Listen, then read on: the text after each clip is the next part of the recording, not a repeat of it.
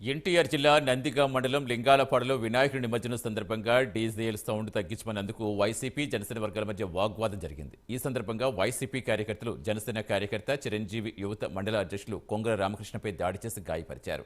రామకృష్ణ చికిత్స కోసం ప్రభుత్వ హాస్పిటల్ తరలించారు. నందిగామ పోలీసులు కేసు విచారణ చేస్తున్నారు.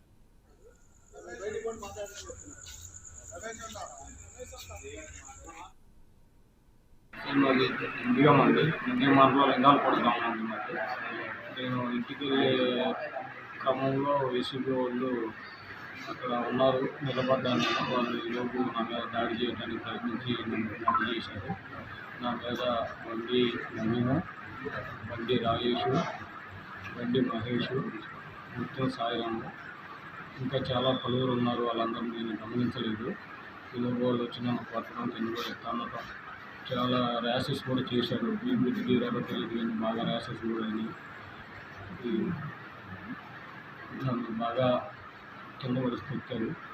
అసలు నేను వాళ్ళ దగ్గర కూడా వెళ్ళలేదు. నేను బయట ఇంటికి వెళ్తుంటే ఈ దారుణంగా చేశాను. నేను జనసేన పార్టీ నేను మాది నందిగామ మండలం చిరంజీవి అధ్యక్షులు కూడా వాళ్ళు మనసులో పెట్టుకున్న విషయం దారుణంగా నన్ను హింసించి కొట్టారండి. ఇది వారం నుంచి కూడా అందరితో చెబుతున్నారంట, వీళ్ళ మీద దాడి చేయాలి, పలానా వాళ్ళకి దాడి చేయాలని అంటున్నారంట. కానీ మనం ఎవరి జోడికి వెళ్ళేవాళ్ళం కాదు. అయినా కానీ మన జోడికి రారు అనుకున్నాను. ఎంత దారుణంగా చేస్తారని నేను వైసీపీ వాళ్ళు దారుణంగా నన్ను ఇబ్బంది పెట్టారు, నాకు అవుతారని నేను ఊహించలేదు. సార్ మాది లింగాలపాడు గ్రామం. నేను RTC driver sir, Ekepeta depot driver.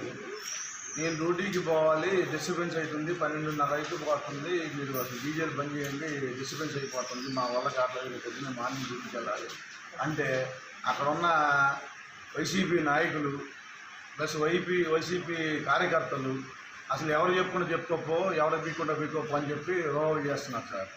మాకు నేను ఆల్రెడీ ఆర్డర్ వేసాను సార్. నాకు ఇబ్బంది అవుతుందంటే ఒక బొమ్మకు వచ్చేసి 2 డీజేలు పెట్టి బేబచ్చంగా ఊళ్ళో బేబచ్చంగా చేస్తున్నారు సార్. ఎవరికి చెప్పుకునే పరిస్థితి లేదు. పోలీసు వారికి చెప్పినా వాళ్ళు పట్టించుకోవట్లేదు సార్. అది అక్కడ పోలీస్ సెక్యూరిటీ వాళ్ళు 2 ఉన్నారు, వాళ్ళకి కంప్లైంట్ ఇచ్చాను సార్.